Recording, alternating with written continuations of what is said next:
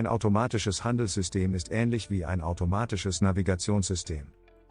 Die meisten Menschen denken, dass ein automatisches System in jeder Situation und für jedes Währungspaar funktionieren sollte. Aber das ist nicht der Fall. Es wird auf eine bestimmte Art von Realität reagieren und ein bestimmtes Ergebnis liefern. Denken Sie an eine Autofahrt oder Ihren täglichen Arbeitsweg. Wahrscheinlich ist die Zeit, die Sie dafür benötigen, nicht jeden Tag gleich lang.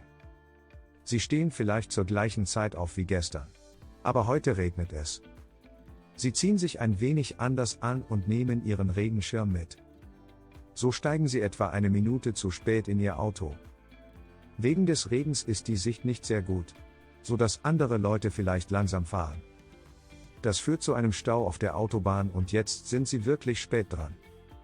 Also versuchen Sie, eine andere Route zu nehmen, die Ihnen Ihr Navigationssystem vorgeschlagen hat. Und das ist wahrscheinlich genau die gleiche alternative Route, die Hunderten von anderen Fahrern vorgeschlagen wird, die dasselbe Navigationssystem verwenden. Jetzt befindet sich der Stau, den Sie vermeiden wollten, direkt vor Ihnen, denn die anderen, die ihn ebenfalls vermeiden wollten, haben ebenfalls dieselbe Route genommen. In diesem Szenario hat das, was Sie für die beste Option hielten, um eine Verzögerung zu vermeiden, tatsächlich die Situation verursacht, die Sie vermeiden wollten. Und ich denke, jeder Autobesitzer weiß, dass es Probleme gibt, die sich nicht immer vermeiden lassen. An manchen Tagen müssen Sie vielleicht mit vereisten Straßen rechnen. An anderen Tagen könnten einige Straßen gesperrt sein. Und Ihr Navigationssystem wird sein Bestes tun, um Ihnen zu helfen, Ihr Ziel so schnell wie möglich zu erreichen.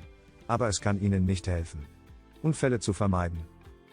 Wenn Sie versuchen mit 130 Stundenkilometern einzuparken, dann kann Ihnen Ihr Navigationssystem auch nicht mehr helfen. Sie sind immer noch der Fahrer. Sie sind derjenige, der entscheidet, mit welcher Geschwindigkeit Sie die nächste Kurve nehmen. Sie entscheiden, ob Sie auf den Rat Ihres Navigationssystems hören oder ob Sie die nächste Ausfahrt auf der Autobahn nehmen. Sie würden nicht erwarten, dass Ihr Navigationssystem die Zukunft voraussagt. Es arbeitet mit der Berechnung von Wahrscheinlichkeiten, aber es kann Ihnen nicht sagen, ob ein Müllwagen die Seitenstraße um die nächste Ecke blockiert. Und ein Handelssystem macht das Gleiche.